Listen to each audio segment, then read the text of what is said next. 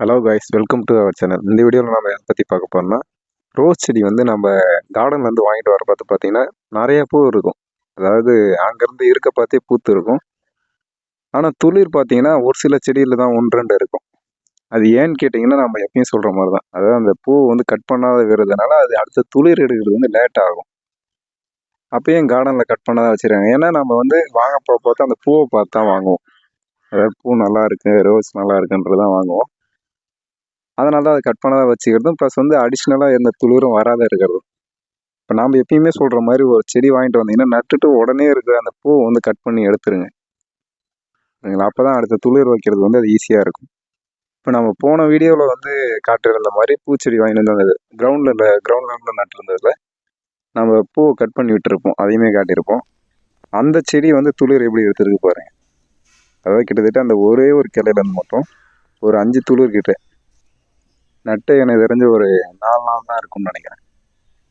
அதுக்குள்ளே பார்த்தீங்கன்னா அதை கட் பண்ண உடனே அந்த பட்ஸ் வர ஆரம்பிச்சிருச்சு சின்ன சின்னதாக. அது அந்த இடத்துல மட்டும் இல்லை, அடியிலேருந்தே, அதாவது அது ஃபுல்லாகவே வர ஆரம்பிச்சிருது அப்படியே. அதனால் எப்பயும் சொல்கிறது தான், ஃபஸ்ட்டு பூ பூத்தாலுமே இல்லை நீங்கள் கார்டன்லேருந்து நேராக வாங்கிட்டு வரீங்களா அதை கட் பண்ணி எடுத்துருங்க. எடுத்துட்டிங்கன்னா தான் அடுத்தது வந்து துளிர் வந்து பூ வைக்க ஆரம்பிக்கும். ஓகேங்களா? அதே மாதிரி போன வீடியோவில் சொல்லியிருந்தோம் நம்ம அந்த மஷ்ரூம் பற்றி சொல்கிறோன்னுட்டு. அதை மஷ்ரூம் பற்றி இந்த சேனலில் இல்லை, ஆல்ரெடி நம்ம அந்த சேனல் ரன் பண்ணி கிட்டத்தட்ட ஒரு 6 மாதமாக போயிட்டுருக்கு. நான் அதோட லிங்க்கை கீழே டிஸ்கிரிப்ஷனில் தரேன். வேணும்னு தேவைப்படுறவங்க மட்டும் அதை போய் விசிட் பண்ணுங்கள். சப்போஸ் அது போய் விசிட் பண்ணவங்க யாராவது சப்ஸ்கிரைப் பண்ணி உங்களுக்கு பிடிச்சிருந்து சப்ஸ்கிரைப் பண்ணுறீங்கன்னா கீழே வந்து இந்த சேனலோட பேரை கமெண்ட் பண்ணுறேன். அதனால் இங்கேருந்து யார் யார் அங்கே வந்துருக்கீங்க நான் தெரிஞ்சுக்கிறேன். ஓகே, இப்போ டாபிக் உள்ள போவோம். இது வந்து பார்த்திங்கன்னா நம்ம இதுக்கு முன்னாடி அந்த முட்டை ஓடு கொடுத்துருந்தோம், கத்தாழை ஜெல்லு கொடுத்துருந்தோம். அப்படின்னு இப்போ தான் ஒரு அளவுக்கு க்யூர் ஆகிட்டு வந்துட்டு இருக்குது. அந்த கலர்லாம் மாறிக்கிட்டு தளிர் வர ஆரம்பிக்குது. இதுலேயுமே பார்த்தீங்கன்னா நம்ம அடிஷ்னலாக இப்போ ஒரு கரைசல் கொடுக்க போகிறோம். அதுவுமே மண்ணுக்கு தான். இது கொடுக்கறதுனால அடிஷ்னலாக இன்னும் ஒரு பிரச்சனை என்னன்னு வந்து கேட்டிங்கன்னா, புழுக்கள் வர ஆரம்பிக்கும் உள்ள. அந்த கரைசல் கொடுத்து அந்த கரைசலை வந்து சாப்பிட்றதுக்கு வந்து புழுக்கள் வர ஆரம்பிக்கும். அதுக்கு என்ன பண்ணுறதுன்ட்டு பார்ப்போம். அதையும் உங்களுக்கு இந்த செடியை பார்த்தாலே தெரியும் எந்த அளவுக்கு தளிர் வந்து சிகப்பு கலரில் வந்திருக்குன்ட்டு. இதெல்லாம் செடி வாங்கிட்டு வர பார்த்து வந்தது. அதோட நான் இந்த கரைசல் கொடுத்ததுக்கு அப்புறம் தான் ஓரளவுக்கு வர ஆரம்பிச்சிருக்கு. அதனால் எல்லாருமே அதை ட்ரை பண்ணி பாருங்கள். அது நான் மோஸ்ட்லி ஒரு 4-5 செடி கொடுத்து பார்த்தேன். எல்லாருமே நல்லாவே தளிர் வந்திருக்கு. அது தளிர் வந்தாலையும் பட்ஸும் வந்திருக்குது. சரிங்களா? அது என்னன்னு பார்ப்போம். அது வேறு ஒன்றும் இல்லை, இந்த புண்ணாக்கு கரைசல் தான். அதை எப்படி கொடுக்குறதுன்றது பார்ப்போம்.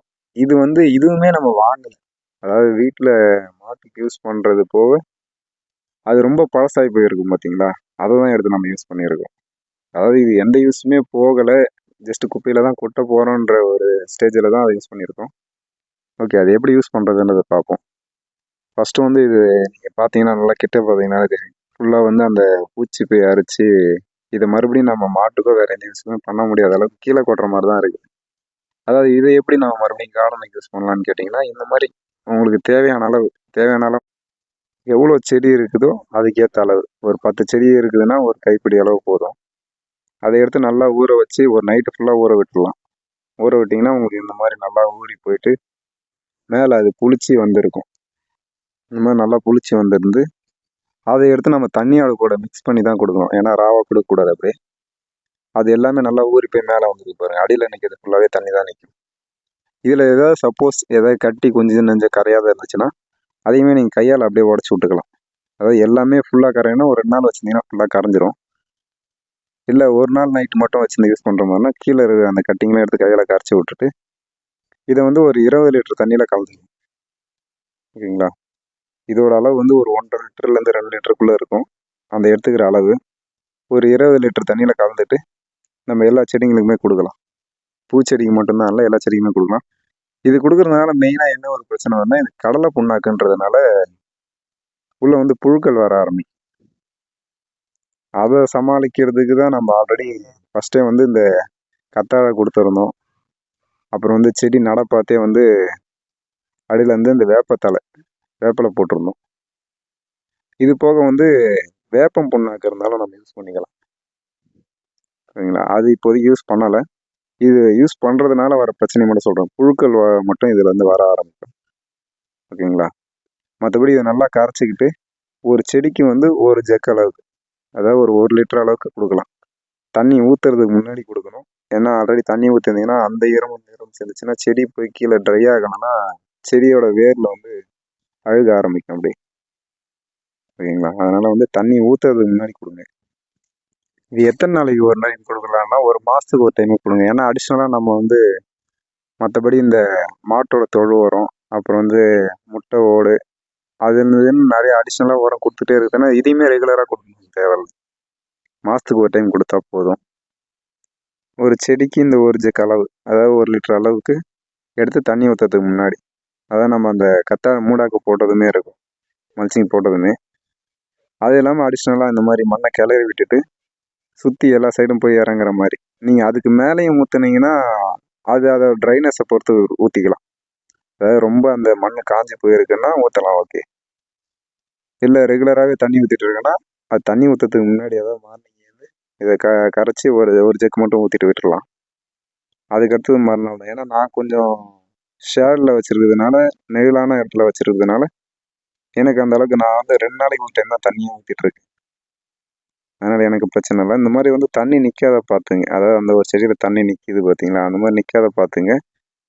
நிற்கிறது வந்து இப்போ ஊற்றுறோன்னா ஓகே, ஒரு 10 நிமிஷத்து வரைக்கும் நிற்கலாம். அதுக்கப்புறம் நின்றுச்சுன்னா ட்ரெயின் ஆக மாட்டேங்குதுன்ட்டு தான் பிரச்சனை வரும். அதனால் அதை மட்டும் செக் பண்ணிங்க. தண்ணி ஊற்றிட்டு ஒன்ஸ் அப்படியே போயிட்டாலும் நம்ம செடி வந்து வீணாக ஆரம்பிச்சிடும் அந்த மாதிரி. அப்புறம் நெக்ஸ்ட்டு வந்து அடுத்த கிவ்அவேக்கு வந்து ஒரு ஆளை செலக்ட் பண்ணியாச்சு. ஓகேங்களா? அந்த கிவ்அவேல யார் செலக்ட் பண்ணி, அதாவது 3 பேர் செலக்ட் பண்ணுறதா சொல்லியிருந்தோம் இல்லைங்களா, 500 சப்ஸ்கிரைப் வந்துச்சுன்னா.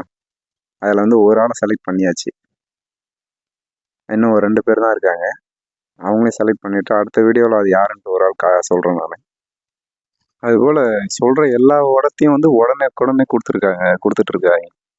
அதுக்கான டைம் பீரியட் கொடுத்து அடுத்த உரம் வந்து கொடுங்க.